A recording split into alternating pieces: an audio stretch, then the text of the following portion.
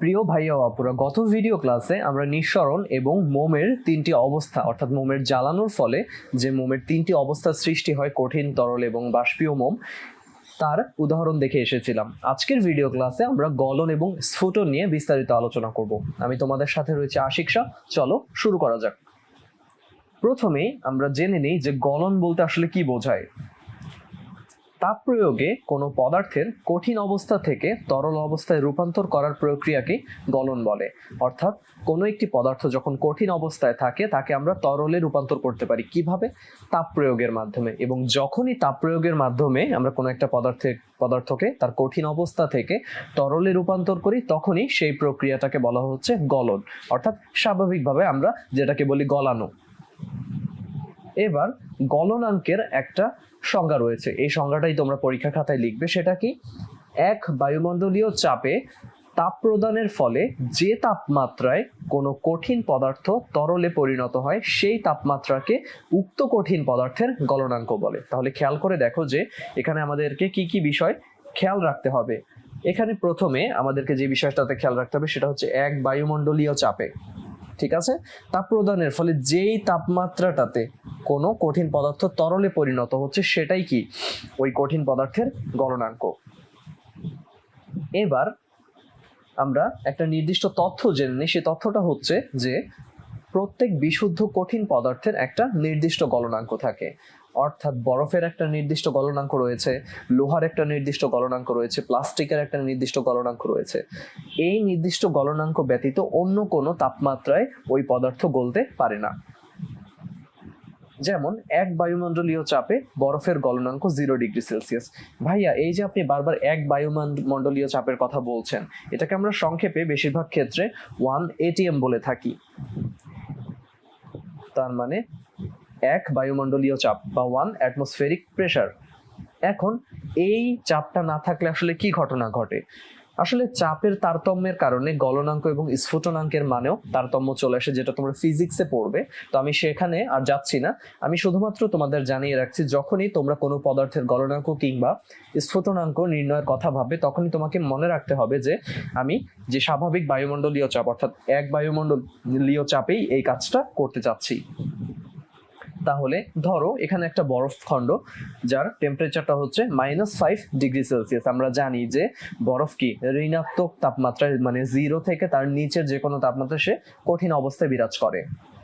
যখন এখানে তাপ দেওয়া হচ্ছে আমরা দেখতে পাচ্ছি যে এই বরফটা 1 ATM চাপে 0 ডিগ্রি সেলসিয়াস তাপমাত্রার একটা গলিত বরফে। তার মানে এই বরফটা পুরোপুরি গলে যায়নি, সে এখনো কিছুটা কঠিন অবস্থা রয়েছে। তার বাইরে কিছুটা আমরা পানির মতন দেখতে পাচ্ছি, তাই না? অর্থাৎ একটু ভেজা ভেজা দেখাচ্ছে বরফটাকে। তার মানে বরফটা মাত্র গলতে শুরু করেছে। এবং একটা জিনিস তুমি এখন থেকে মাথায় ঢুকিয়ে রাখবে, সেটা হচ্ছে যে কোনো একটা পদার্থকে, তো কোনো একটা কঠিন পদার্থকে তুমি যখন তাপ প্রদান করবে, যেমন ধরো এখানে -5 ডিগ্রি সেলসিয়াসের একটা বরফ ছিল, আমি যখন এখানে তাপ দিচ্ছিলাম প্রথমে কি সে -5 থেকে -4, -3, -2, -1, এরপরে 0 ডিগ্রি সেলসিয়াসে পৌঁছানোর সময় ওই পর্যন্ত আমি তাপ বাড়িয়েছি এবং বরফের তাপমাত্রা কি ধীরে ধীরে বেড়েছে। 0 ডিগ্রি সেলসিয়াসে যাওয়ার পরে বরফটা গলতে শুরু করেছে এবং এরপরে তুমি যখন আরো তাপ বাড়াবে তখন কিন্তু তার তাপমাত্রাটা সাথে সাথে আর বাড়বে না। কখন বাড়বে? যখন পুরো বরফটা গলে পানিতে পরিণত হয়ে যাবে। তার মানে তার অবস্থাটা পরিবর্তিত হয়ে কঠিন থেকে তরলে রূপান্তর হবে, ঠিক তখন থেকে আবার তার তাপমাত্রা বাড়া শুরু করবে। তার মানে ঘটনাটা কি? ঘটনাটা হচ্ছে -5 ডিগ্রি সেলসিয়াসের এই বরফকে তুমি যখন তাপ দিচ্ছ সে ধীরে ধীরে তাপমাত্রা বাড়তে বাড়তে একটা সময় এসে 0 ডিগ্রি সেলসিয়াস হলো তার তাপমাত্রাটা। হওয়ার পরে সে কি করবে? আরো যদি তুমি তাপ দিতে থাকো তার তাপমাত্রাটা বাড়বে না, বরং সেটা 0 ডিগ্রি সেলসিয়াস তাপমাত্রাই থাকবে, মানে কনস্ট্যান্ট থাকবে, ধ্রুবক থাকবে তাপমাত্রাটা, যতক্ষণ না পর্যন্ত এই বরফটা সম্পূর্ণরূপে গলে পানিতে পরিণত হচ্ছে। যখনই পুরো বরফটা গলে পুরোপুরি পানিতে পরিণত হবে ঠিক তখনই তুমি, যেহেতু তাপ বাড়াতেই আছো, পানিটা কি করবে? তখন পানির তাপমাত্রাটা আবার বাড়তে থাকবে। তাহলে সহজ কথায় কোনো একটা পদার্থ, বিশেষ করে কঠিন থেকে তরল তখন কি, যখন তার অবস্থার পরিবর্তনটা ঘটবে, যতক্ষণ না পুরোপুরি অবস্থার পরিবর্তন না ঘটে ততক্ষণ পর্যন্ত তার তাপমাত্রার কোনো পরিবর্তন ঘটবে না। এমনকি তুমি তরল পানিকে যখন বাষ্প পানিতে পরিণত করবে, পুরো তরল পানিটা বাষ্পে পরিণত হতে কোনো তাপমাত্রার পরিবর্তন হবে না, তাপমাত্রাটা তখন 100 ডিগ্রি সেলসিয়াসই থাকবে। একটু পরে আমরা দেখব। এবার চলে আসছি স্ফুটনে। তাপ প্রয়োগ করে তরলকে গ্যাসে রূপান্তর করার প্রক্রিয়াকে স্ফুটন বলা হচ্ছে, বা আমরা স্বাভাবিকভাবে যেটাকে বলি ফোটানো। তাহলে এক বায়ুমণ্ডলীয় চাপে তাপ প্রদানের ফলে যে তাপমাত্রায় কোনো তরল পদার্থ গ্যাসীয় পদার্থে পরিণত হয় সেই তাপমাত্রাটাকে আমরা বলছি কি উক্ত তরল পদার্থের স্ফুটনাঙ্ক। তাহলে এখানেও কয়েকটা জিনিস লক্ষণীয়। এক বায়ুমণ্ডলীয় চাপে তাপ প্রদানের ফলে যেই তাপমাত্রায় তরল পদার্থ গ্যাসীয় পদার্থে পরিণত হচ্ছে তাকে ওই তরল পদার্থের স্ফুটনাঙ্ক বলা হচ্ছে। তাহলে সংজ্ঞাটা মনে রাখার সহজ উপায় কি? খালি আমাদের পরিবর্তন হবে কি, আগে ছিল কঠিন তরলে পরিণত হয় তখন সেই তাপমাত্রা হচ্ছে গলনাঙ্ক, আর যখন তরল গ্যাসে পরিণত হয় তখন সেটা হচ্ছে স্ফুটনাঙ্ক। তাহলে আগের মতন প্রত্যেকটা বিশুদ্ধ তরলের একটা নির্দিষ্ট স্ফুটনাঙ্ক থাকে, যেমন পানির স্ফুটনাঙ্ক নির্দিষ্ট, কেরোসিন তেলের স্ফুটনাঙ্ক নির্দিষ্ট, এই ধরনের তরল পদার্থগুলোর স্ফুটনাঙ্ক নির্দিষ্ট থাকবে। কখন? যখন সে বিশুদ্ধ থাকবে। ভাইয়া যদি অবিশুদ্ধ থাকে বা সেখানে যদি ভেজাল থাকে কি ঘটনা ঘটবে এটা আমরা একটু পরে দেখব। আচ্ছা, উদাহরণ হিসেবে আমরা দেখতে পাচ্ছি এক বায়ুমণ্ডলীয় চাপে বিশুদ্ধ পানির স্ফুটনাঙ্ক 100 ডিগ্রি সেলসিয়াস। ভাইয়া আগের মতন সেম কোশ্চেন যদি করি, এক বায়ুমণ্ডলীয় চাপ না হলে কি ঘটতো? একটু আগেই বলে এসেছি যে আমাদের চাপের পরিবর্তনের কারণেও গলনাঙ্ক এবং স্ফুটনাঙ্কে কি তাপমাত্রার পরিবর্তন আসে, তাপমাত্রা বাড়ে বা কমে। এই ঘটনাটা ফিজিক্সে যেহেতু আলোচনা করা হবে, এটা আমি কেমিস্ট্রিতে আলাদা করে আর আলোচনা করছি না। তবে তোমাদের মনে রাখতে হবে যে তুমি তখনই গলনাঙ্ক এবং স্ফুটনাঙ্ক, প্রকৃত তার যে গলনাঙ্ক এবং স্ফুটনাঙ্ক সেটা পাবে যখন কি তার বায়ুমণ্ডলীয় চাপটা 1 অ্যাটমসফিয়ার বা 1 অ্যাটমসফেরিক প্রেসার থাকবে। এরপরে আমরা চলে আসছি, এখানে একটা উদাহরণ দেখতে পাচ্ছি যে হ্যাঁ, 1 এটিএম চাপে 100 ডিগ্রি সেলসিয়াসে ফুটন্ত পানি। আচ্ছা, এই উদাহরণের সাথেই আমি বলে রাখি যে এখানেও একই ঘটনা, যে ধরো তোমার কাছে একটা পানি আছে যার তাপমাত্রাটা হচ্ছে 30 ডিগ্রি সেলসিয়াস। এরপরে তুমি তাকে তাপ দিচ্ছ, দিতে দিতে যখন সে 100 ডিগ্রি সেলসিয়াসে পৌঁছালো, ঠিক তখনই ওই পানিটা কি বাষ্পে পরিণত হতে শুরু করবে। সাথে সাথে কি সবগুলো পানি বাষ্পে পরিণত হবে? না, সময় লাগবে। তার মানে তুমি তাপ দিচ্ছ আর ওইদিকে পানি ধীরে ধীরে অল্প অল্প অল্প অল্প করে বাষ্পীভূত হচ্ছে। এই যে তুমি 30 ডিগ্রি সেলসিয়াস থেকে 100 ডিগ্রি সেলসিয়াসে পৌঁছানোর পরে যখন কি পানিটা বাষ্পে পরিণত হতে শুরু করলো, ধরো এতটুকু পানি বাষ্পে পরিণত হতে শুরু করলো, তাপ তুমি আরো বাড়াচ্ছ নিচ থেকে, টেম্পারেচারটা কিন্তু 100 ডিগ্রি সেলসিয়াস থেকে বেড়ে 102 বা 105 ডিগ্রি সেলসিয়াস হবে না, যতক্ষণ না পর্যন্ত পুরো পানিটা কি বাষ্পে পরিণত হচ্ছে। যখন এই পুরো পানিটা কি 100 ডিগ্রি সেলসিয়াসের পানি থেকে 100 ডিগ্রি সেলসিয়াসের বাষ্পে পরিণত হলো, এরপরে তাপ বাড়ানোর সাথে সাথে তার তাপমাত্রাটা আবার বাড়তে শুরু করবে। তখন 105, 110, 120 এরকম আগাতে থাকবে। তার মানে এখানেও একই কথা প্রযোজ্য যে পদার্থের অবস্থার যখন পরিবর্তন ঘটে তখন কি তার তাপমাত্রাটা কনস্ট্যান্ট বা ধ্রুবক বা স্থির থাকে। এটা একটু আগে আমরা কঠিন থেকে তরল করার সময় দেখে এসেছি। আবার এখানে আমরা ফোটানোর ক্ষেত্রে তরল থেকে যখন গ্যাসীয় বানাচ্ছি, যখন আমরা দেখতে পাচ্ছি যে যতক্ষণ না পুরো পদার্থটা তার অবস্থা পরিবর্তন করে ফেলছে ততক্ষণ পর্যন্ত তার তাপমাত্রাটা কনস্ট্যান্ট থাকবে, ধ্রুবক থাকবে। তাহলে এইটা গেল আমাদের স্ফুটনের ঘটনা। এরপরে চলে আসছে স্ফুটনের বিপরীত প্রক্রিয়া। স্ফুটনের বিপরীত প্রক্রিয়াটার নাম হচ্ছে ঘনীভবন। অর্থাৎ ঘনীভবনটা কি? স্ফুটনের জন্য যেমন আমরা তাপ দিই, তাপ প্রয়োগ করি, পদার্থটা তাপ শোষণ করে এবং কি গ্যাসে পরিণত হয় তরল থেকে। ঘনীভবনে কি ঘটবে? ঘনীভবনে উল্টা ঘটনাটা ঘটবে। অর্থাৎ স্ফুটনে আমি তাপ বাইরে থেকে প্রয়োগ করছি, আর ঘনীভবনের সময় তাপ কি সরিয়ে ফেলতে হবে, মানে ঠান্ডা করতে হবে, সহজ ভাষায় আমরা যদি বলি। তাহলে এটা তোমাদের বইয়ের কথা যে স্ফুটনের বিপরীত প্রক্রিয়াটা কি? ঘনীভবন। এটা এমসিকিউতে খুবই গুরুত্বপূর্ণ। আর স্ফুটনের জন্য আমরা যেহেতু তাপ দিই, ঘনীভবনের সময় কি করতে হয়? ঠান্ডা করতে হয় বা তাপটাকে সরিয়ে নিতে হয়। এরপরে আমরা এই চ্যাপ্টারের এক্সপেরিমেন্টাল 2-3টা টপিক আছে, যে কিভাবে কঠিন পদার্থের গলনাঙ্ক নির্ণয় কিংবা তরল পদার্থের স্ফুটনাঙ্ক নির্ণয় করা হয় সেটা নিয়ে আলোচনা। কিন্তু তার আগে আমাদেরকে জানতে হবে যে এই গলনাঙ্ক এবং স্ফুটনাঙ্ক নির্ণয়ের জন্য আমি যে সকল যন্ত্রপাতি ব্যবহার করছি সেগুলো আমাকে চিনতে হবে। তাহলে এবার আমরা চলে যাব পরীক্ষাগারের সাধারণ যন্ত্রপাতিতে। এই যন্ত্রপাতিগুলো তোমরা কেমিস্ট্রি ল্যাবে ঢোকার পরে, অর্থাৎ রসায়ন পরীক্ষাগারে ঢোকার পরে যন্ত্রপাতিগুলো দেখবে এবং চিনতে শিখবে। যেহেতু আমরা এখন থিওরি পড়ছি এবং প্র্যাকটিক্যালের জিনিসপত্র পড়বো, সেহেতু আমাদেরকে এখনই জিনিসগুলো চিনতে হবে। এই জিনিসটাকে বলা হয় স্ট্যান্ড।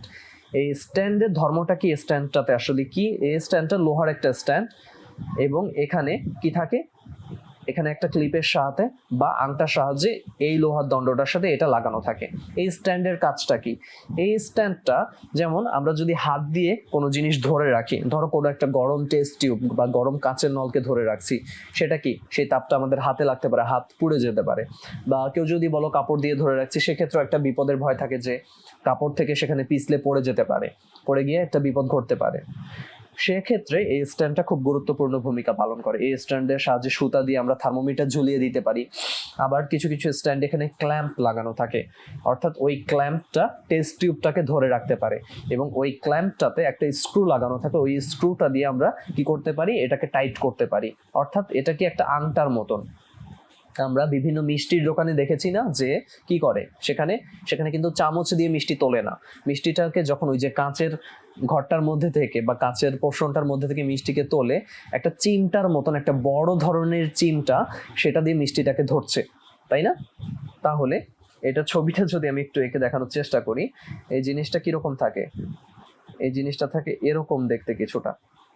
ওকে, তো যাই হোক, এখানে যেহেতু আমরা 2D ছবি আঁকছি, 3D তো আঁকার সুযোগ নেই। ওকে, তো এখান থেকে এইভাবে মিষ্টিটাকে ধরে রাখে, তাই তো। তো ক্ল্যাম্পটাও এরকম, এখানে ক্ল্যাম্পটাকে লাগানো থাকে, এই ক্ল্যাম্পটাও কি করে, এখানে রাখা যে কোনো টেস্ট টিউবকে ধরে রাখতে পারে, ঠিক আছে। এবং এই ক্ল্যাম্পটার এখানে স্ক্রু লাগানো থাকে, অর্থাৎ খেয়াল করে দেখো যে তুমি এই যে মিষ্টির দোকানে এই জিনিসটা, এটার কি নাম আমি আসলে জানি না, তো এই যে মিষ্টিটাকে যখন সে ধরে রাখছে, তখন কি করা হয়, মানুষজন এখানে হাতের আঙ্গুল দিয়ে চাপ দেয়, তাই না, এখান দিয়ে হাতে চাপ দিয়ে ধরে রাখে, তাই তো। কিন্তু এখানে আমরা কি ক্ল্যাম্পটাকে তো চাপ দিয়ে ধরে রাখতে পারবো না, তখন সেখানে স্ক্রু লাগানো হয়, তাই তো। আচ্ছা, আমি একটু এই জিনিসটা মুছে দিই, তাহলে তোমাদের হয়তো বুঝতে সুবিধা হবে। যে ধরো এই যে মিষ্টির দোকানে মিষ্টি যখন তুলে, তখন সেটাকে সে হাত ব্যবহার না করে একটা এখানে যান্ত্রিক স্ক্রু লাগিয়ে দিল। ওকে, তাহলে এই স্ক্রুটাকে সে যখন টাইট করবে বা লুজ করবে, তখন কি, এই যে ক্ল্যাম্পটা যেটা দিয়ে সে মিষ্টিটাকে তুলছে, এটা কি কিছুটা চাপানো যাবে বা কিছুটা প্রসারিত করা যাবে তাকে মিষ্টির সাইজ অনুযায়ী। ধরো এখন তুমি এই সাইজের মিষ্টি তুলছো, যখন আরেকটু ছোট সাইজের মিষ্টি তুলবে, তখন কি হবে, এই স্ক্রুটাকে টাইট করে দিলাম। এখানেও ঘটনাটা সেরকম, যে আমি আশা করি তোমরা সবাই বুঝতে পেরেছো জিনিসটা। এখানেও ঘটনাটা সেরকম, যখন আমরা এই স্ট্যান্ডটাতে ক্ল্যাম্প লাগাই, সে কি করে, ওখানে স্ক্রু লাগানো থাকে এবং ওই স্ক্রুর সাহায্যে ওই ক্ল্যাম্পকে প্রসারিত সংকুচিত করা যায়, যাতে করে সে এখানে যে টেস্ট টিউবটা রাখা হয় সেটাকে সুন্দর মতন ধরে রাখতে পারে। এবং এই টেস্ট টিউবটাকে সুন্দর মতন ধরে রাখতে এই স্ট্যান্ড এবং ক্ল্যাম্পের কোনো বিকল্প নেই। এরপরে চলে আসছে ত্রিপদী স্ট্যান্ড, এবং এটাকে আলাদা করে ব্যাখ্যা করার কিছু নেই। তোমরা দেখতে পাচ্ছ যে 3টা পায়া রয়েছে বা 3টা খুঁটি রয়েছে, যেটাকে বলা হচ্ছে ত্রিপদী, 3 পদ বিশিষ্ট। আর এটা হচ্ছে একটা স্ট্যান্ড। এখানে কি রাখা হয়, এখানে আমরা তার জালি রাখি, সেই তার জালির উপরে আমরা কখনো কখনো বিকার রাখি।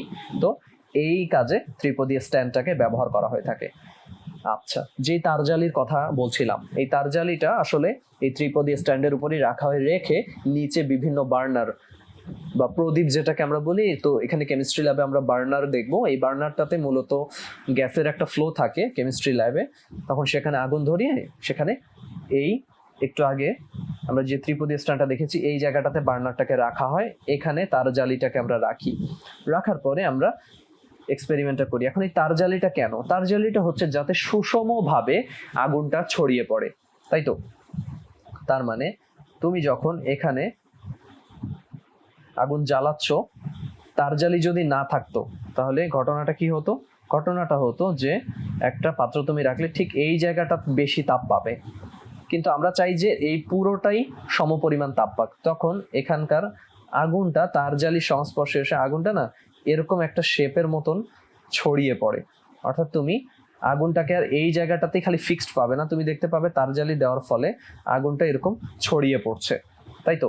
এই কাজে আমরা মূলত এই তার জালিটাকে ব্যবহার করি, যাতে সুষমভাবে আগুনটা ছড়িয়ে পড়ে এবং পাত্রের তলায় পুরোটা জুড়েই আমরা কি করতে পারি, পুরোটা জুড়েই আমরা এই আগুনটা দিতে পারি এই জায়গাটাতে, ঠিক আছে।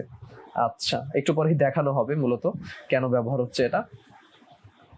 ওকে, এর পরবর্তীতে বার্নার, যে বার্নারের কথা বলছিলাম, যে এই বার্নারটার এখানে আগুন জ্বালানো হয়। বার্নারটা কিভাবে কাজ করে, এখানে গ্যাসের লাইন থাকে, গ্যাসের লাইন থাকে সেন্ট্রালি তোমার কেমিস্ট্রি ল্যাবে, এই জায়গাটাতে এসে গ্যাস এসে প্রবেশ করবে। তারপরে এই গ্যাসটা যখন এখানে সরু ছিদ্রপথ দিয়ে বের হবে, এখানে আমি কি দেয়াশলাই বা কাঠি দিয়ে আগুনটা জ্বালিয়ে দিব, তখনই এই বার্নারটা সুন্দর মতন জ্বলতে থাকবে। তো এই হচ্ছে আমাদের বার্নারের কাজ। এরপরে চলে আসছে ওয়াচ গ্লাস। ওয়াচ গ্লাস বিভিন্ন ধরনের কেমিক্যাল নেয়ার কাজে ব্যবহার করা হয়ে থাকে, বা বিভিন্ন ধরনের আমরা যে রাসায়নিক দ্রব্যগুলো ব্যবহার করি সেই দ্রব্যগুলো রাখার ক্ষেত্রে বা দ্রব্যগুলোকে তাপ দেওয়ার ক্ষেত্রে ব্যবহার করা হয়ে থাকে।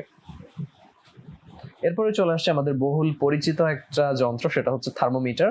এখানে আমরা বুঝতেই পারছি যে এই থার্মোমিটার তাপমাত্রা পরিমাপের জন্য বহুল প্রচলিত একটা যন্ত্র, এবং এখানে ফারেনহাইট স্কেলে বা কখনো ডিগ্রি সেলসিয়াস স্কেলে কি থাকে, এখানে দাগ কাটা থাকে। কখনো ফারেনহাইট স্কেলে, কখনো ডিগ্রি সেলসিয়াস, কিংবা কখনো কেলভিন স্কেলেও হতে পারে। এটা আমাদের পরীক্ষণ সাপেক্ষে। এখন দিনে দিনে বিভিন্ন ধরনের উন্নত থার্মোমিটার ব্যবহার হচ্ছে, যেগুলো দেখতে এরকম না, কিন্তু আমরা তাপমাত্রা মাপার কাজেই ব্যবহার করে থাকি। এরপরে চলে আসছি বিকার। এই ধরনের পাত্রকে বলা হয় বিকার, যেখানে কি করা হয়, দাগ কাটা থাকে, বিভিন্ন মাপ দেয়া থাকে এখানে। তো বিকারের কিছু মাপ থাকে, যেমন 250 ml এর বিকার, কিংবা 1000 ml, কিংবা 2000 ml এর বিকার। তো এই দাগ অনুযায়ী ধরো তোমার এখানে একটা দাগ কাটা রয়েছে, যে এই পর্যন্ত আসলে তোমার হবে ধরো 500 ml। তার মানে তুমি যখন এই তরলটা এই পর্যন্ত ফুলফিল করবে, তখনই তার পরিমাণটা হবে, তার যে আয়তনটা, যে তরলটা তুমি পাত্রে নিচ্ছ তার আয়তনটা দাঁড়াবে তখন 500 ml। ভাই আমি যদি এখানে একদম মানে কানায় কানায় পূর্ণ করি, তখন কতটুকু হবে? হ্যাঁ, তখন অবশ্যই 500 ml এর চেয়ে বেশি হবে। তো 500 ml এর বিকার মানে যে সেটা আমাকে কানায় কানায় পূর্ণ করতে হবে, ঘটনাটা এমন নয়। ঘটনাটা হচ্ছে তোমার যে দাগ কাটা রয়েছে সেই দাগ কাটা পর্যন্ত 500 ml ইন্ডিকেট করে, ঠিক আছে? আর এই জায়গাগুলোতেও দাগ কাটা থাকতে পারে, যে তার নিচের জায়গাগুলোতে যে 100, 200, 300, 400, 500, ঠিক আছে? আমরা বাসা বাড়িতে যে সকল পানি খাওয়ার জন্য জগগুলো ব্যবহার করি, প্লাস্টিকের কিংবা কাচের কিংবা প্লাস্টিকের বালতি ব্যবহার করি, সেখানে কিন্তু আমাদের একটা কিছু কিছু বালতিতে একটা দাগ কাটা থাকে, যে এই পর্যন্ত 5 লিটার, এরপরে 10 লিটার, এরপরে 20 লিটার। অথবা কিছু কিছু বালতি রয়েছে কি একটাই দাগ থাকে, এবং বালতির নিচে পেছনের দিকটাতে লেখা থাকে এটা হচ্ছে 30 লিটারের একটা বালতি। তার মানে ওই দাগ পর্যন্ত তুমি যখন পানি দ্বারা ভর্তি করবে, সেটা তখন 30 লিটার পানি ধারণ করে বোঝায়। তো এখানেও তাই, যখন তুমি এই দাগ পর্যন্ত তরল দিয়ে ভর্তি করবে, সেটা 500 ml কে ইন্ডিকেট করে। আর তুমি যদি কানায় কানায় ভর্তি করো, সেটা কিন্তু ওই নির্ধারিত 500 ml এর চেয়ে বেশি হয়ে যাবে। এমনকি তার নিচে পর্যন্ত যদি করো, সেটাও কি 500 ml এর চেয়ে কম হবে। তো এই ইনস্ট্রাকশন গুলো তোমাদেরকে কেমিস্ট্রি ল্যাবে টিচাররা দিয়ে দিবেন বা ইনস্ট্রাক্টররা দিয়ে দিবেন। এরপরে চলে আসছে টেস্ট টিউব।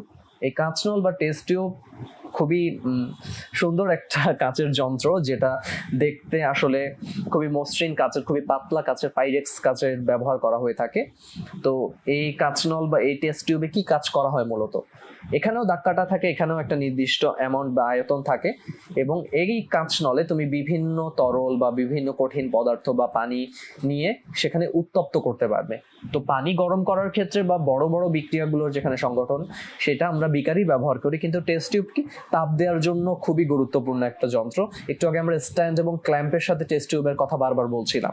তো এই টেস্ট টিউবে আমরা বিভিন্ন লিকুইড রেখে সেটাকে কি করতে পারি, তাপ দিতে পারি, বা বিভিন্ন জিনিস, বিভিন্ন রাসায়নিক দ্রব্য নিয়ে আমরা সেটাকে তাপ দিতে পারি। তো এই গেল পরিচিত কিছু যন্ত্রপাতি, যেগুলো আমরা কঠিন পদার্থের গলনাঙ্ক কিংবা তরলের স্ফুটনাঙ্ক নির্ণয়ের ক্ষেত্রে ব্যবহার করব। ভাইয়া কেমিক্যাল ইনস্ট্রুমেন্ট কি এই কয়টাই? না, আরো অসংখ্য যন্ত্রপাতি রয়েছে, যেগুলো তোমাদের এখন লাগবে না, পরবর্তীতে যখন যেটা কাজে লাগবে ভাইয়া সেটার পরিচয় করিয়ে দেব এবং সেটা নিয়ে বিস্তারিত আলোচনা করব। তাহলে আজকের ভিডিও ক্লাসে আমরা গলন এবং স্ফুটন শিখলাম, এবং তার পাশাপাশি আমরা কঠিনের গলনাঙ্ক আর তরলের স্ফুটনাঙ্ক নির্ণয়ে কি কি রাসায়নিক যন্ত্রপাতি, পরীক্ষাগারে কি সকল যন্ত্রপাতি ব্যবহার করব, সেগুলো নিয়ে আলোচনা করলাম।